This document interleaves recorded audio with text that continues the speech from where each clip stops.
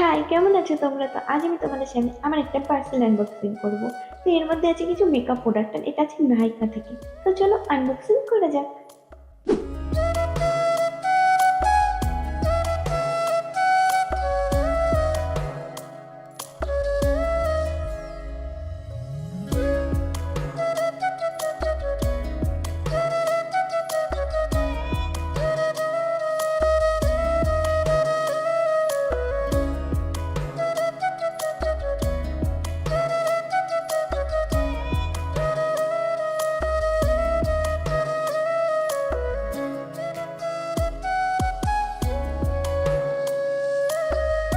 আমার অনেক বড় একটা ক্ষতি হয়ে গেল, কি জানো তো? এই যে বেবি ফাউন্ডেশনটা আছে না, এই পার্সেলটা এসছে আমার আজ থেকে অনেকদিন আগে। বাড়িতে অনুষ্ঠান ছিল, তারপর বিয়ে ছিল, বৌভাত ছিল, যে কারণে আমি আনবক্সিং করতে পারিনি, আজ করছি।